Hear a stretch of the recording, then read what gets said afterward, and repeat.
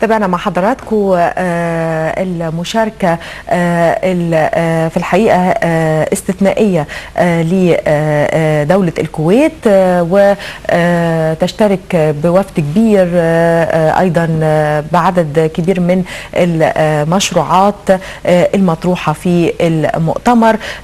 كنا اتكلمنا أو شاهدنا مع حضراتكم رسالة الإمارات ورسالة الكويت، والآن في لقاء من شرم الشيخ مع زميلتي سحر ناجي مع السيدة مريم بنت صالح رئيس الاتحاد العام للمقاولات المغربي. أهلا بيكي مرة تانية سحر، وأهلا بضيفتك الكريمة في شرم الشيخ. نتابع معاكي في صباح الخير يا مصر. اتفضلي سحر.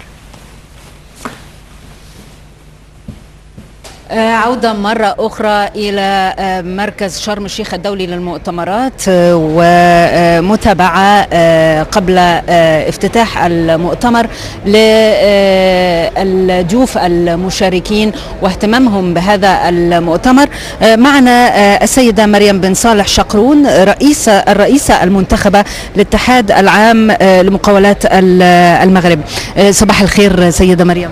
صباح الخير أستاذة. Madame Mariam, qu'attendez-vous de cette conférence économique organisée par l'Égypte et pourquoi vous aviez insisté à assister?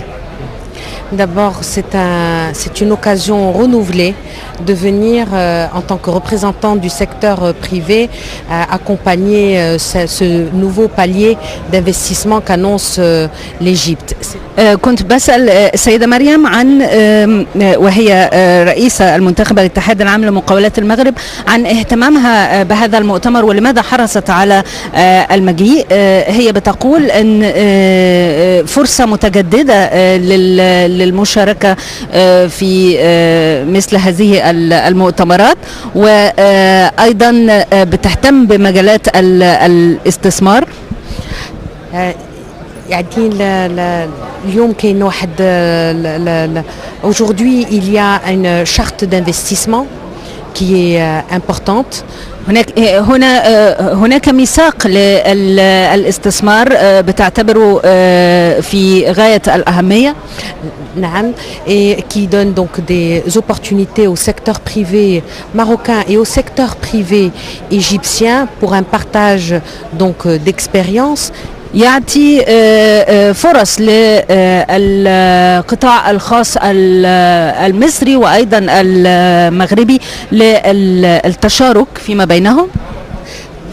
Et de pouvoir justement continuer dans une dynamique économique conjointe, parce que historiquement le Maroc et l'Égypte, nous avons des liens au-delà des liens historiques, des liens économiques qui se renforcent de plus en plus, et c'est une occasion aujourd'hui de continuer.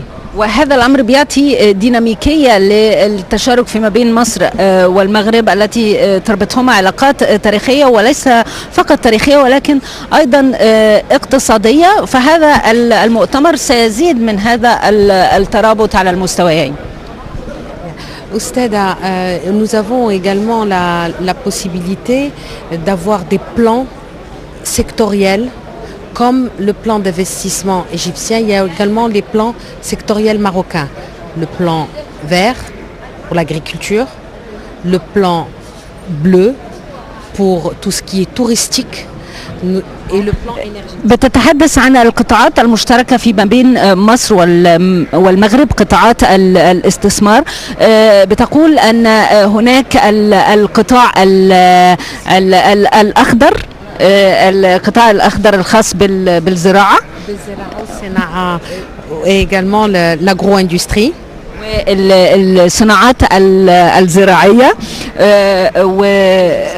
وهناك أيضا مجال السياحة والطاقة المتجددة كذلك. حتى هو قطاع مهم متشارك، ومصر عندها خبرة، واليوم المغرب حتى هي متكنت باش يكون عندها خبرة، تكون عند المغرب خبرة جديدة إن شاء الله مع التشارك مع القطاع المصري في هذا المجال. سيدة مريم، يعني l'Égypte disons, organise cette conférence internationale pour attirer les investisseurs. Dans quel secteur les besoins de votre pays sont-ils les plus pressants? بسأل السيدة مريم عن أنها مصر نظمت هذا المؤتمر لجذب الاستثمارات.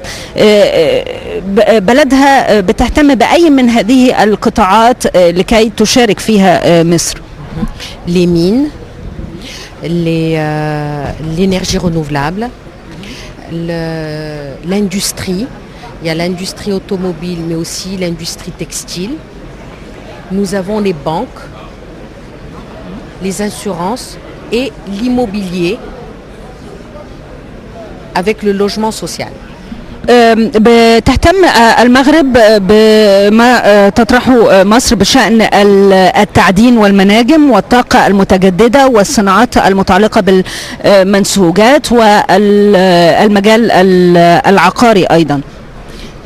Et le Maroc a démontré, le Maroc est le deuxième investisseur en Afrique.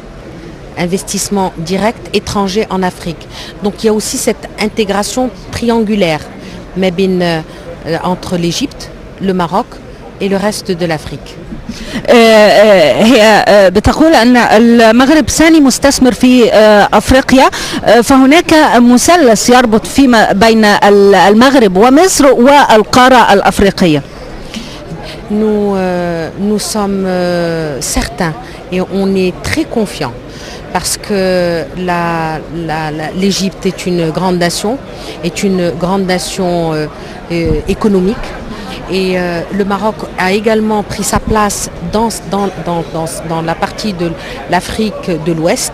Et le secteur privé, on pense et on est certain que nos partenaires du secteur privé égyptien nous donneront la possibilité de passer à un palier supérieur de coopération bilatérale et multilatérale. بتقول ان احنا متاكدين واثقين ان من القدره الاقتصاديه لمصر، واننا في غرب افريقيا كقطاع خاص شركائنا المصريين نثق في انهم سيعطونا الفرصه والمجال لكي نتخطى مرحله اعلى مما نحن فيه. وكذلك فرص الشغل مهمة، حيث من مسؤوليات كذلك القطاع الخاص باش يخلقوا فرص الشغل، donc les opportunités d'emploi dans nos pays respectifs et au Maroc et en Égypte.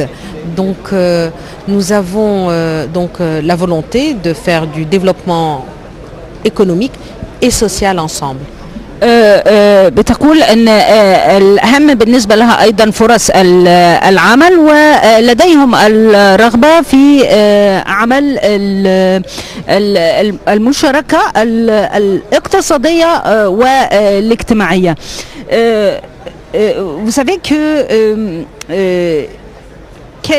quels sont les domaines des compagnies qui participent à cette conférence de la part du Maroc? Alors, nous avons les banques, les assurances, les mines. كنت بسألها عن الشركات التي تشارك في هذا المؤتمر من قبل المغرب، فكانت بتجاوب أنه هناك البنوك المغربية، هناك المناجم les assurances, l'immobilier, التأمين والمجالات العقارية، IT, التكنولوجي، et également le tourisme. وأيضا مجال السياحة. في النهاية سيدة مريم بن صالح شقرون الرئيسة المنتخبة للاتحاد العام للمقاولات المغرب، بنشكرك على حضورك ونتمنى مزيد من التعاون فيما بين مصر والمغرب في الفترة المقبلة. بارك الله فيك أستاذة، وإحنا كنتمناو إن شاء الله هذا المؤتمر qu'il soit un palier supérieur dans la dynamique économique de l'Égypte. تتمنى للمؤتمر أن يكون خطوة أعلى للاقتصاد المصري. بشكركم ونرجع لاستوديوهاتنا في ماسبيرو والزميلة نهى. شكرا ليكي سحر، وشكرا لضيفتك الكريمة من المغرب. ومشاهدينا الكرام، انتهت حلقتنا، حلقة صباح الخير يا مصر اليوم الجمعة، هذا اليوم الاستثنائي اقتصاديا، عرس إذا جاز التعبير اقتصاديا. كلنا بنحلم انه هذا المؤتمر يحقق نجاح كبير، لانه في الحقيقة نجاح المؤتمر ليس بطرف، لكن نجاحه ضرورة ملحة، لانه رد قوي وصفعة ساخنة على وجه الإرهاب، على وجه كل من أراد الشر لمصر، على وجه كل من دبر وخطط لإسقاط مصر وأهلها وأرضها. نجاح هذا المؤتمر في الحقيقة مهم، لأنه نقطة بداية للحلم الكبير، الحلم اللي بنحلمه لمصر. نجاح هذا المؤتمر مهم، لأنه في الحقيقة بيبعث برسائل سياسية وأمنية واقتصادية كلها بتقول إن مصر دايما بخير. وصباح الخير عليكي يا مصر.